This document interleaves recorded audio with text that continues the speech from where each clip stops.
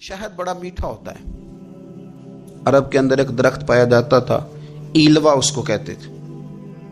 اس طرح ہمارے ہاں نیم نہیں ہوتی، کڑوا ترین اس کا ذائقہ ہوتا ہے، اور آپ کچھ دیر اس کو پانی میں ڈال دیں تو پانی بھی سارا کڑوا ہو جاتا ہے، چونکہ اس کے خمیر میں رب کریم نے کرواہٹ رکھی ہے اور حکمت ہے. اس کرواہٹ کا بھی اپنی جگہ فائدہ ہے.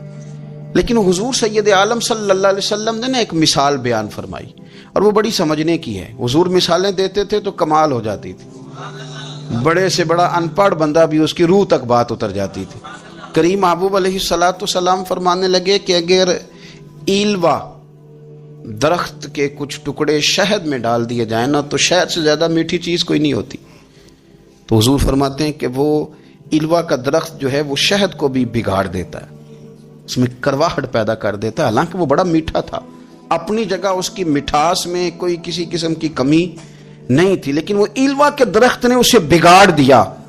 اللہ کے محبوب فرماتے ہیں جس طرح ایلوا کا درخت شہد کو تباہ کر دیتا ہے نا، اس طرح حسد آدمی کے ایمان کو تباہ کر دیتا ہے. ایمان بڑی میٹھی چیز ہے، بڑی حسین چیز ہے، لیکن جب حسد آ گیا نا، حسد ہے کیا؟ حسد بندوں سے نہیں ہوتا، یہ سمجھ لیں. حسد کا مطلب، حسد کی لغوی تعریف یہ ہے کہ یہ سمجھ لینا کہ یا اللہ اسے نہیں دینا چاہیے تھا، مجھے دینا چاہیے، یہ تعریف ہے. تو حسد ہوتا کس سے؟ حسد دراصل بندے پہ نہیں کیا جاتا. حسد کا معنی یہ ہے کہ آپ اللہ کی تقسیم پر اعتراض کر رہے ہیں.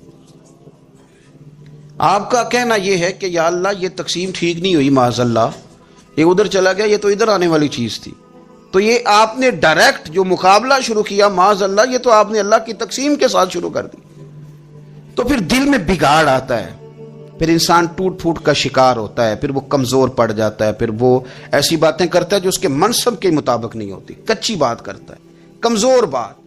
اللہ بہتر جانتے ہیں کون سی چیز اس نے کہاں رکھنی ہے. رب کی حکمت پر اور اس کی دی ہوئی توفیق پر راضی رہنا ایمان کا تقاضا ہے. لیکن ہمیں تو چاہیے تقسیم اپنی مرضی کی، ادھر کیوں چلا گیا، ادھر آنا چاہیے تھا. بھئی آپ کو یہ کس نے حق دیا ہے؟ مالک نے جو چاہا، جب چاہا، جہاں چاہا اپنے فضل سے عطا فرمایا.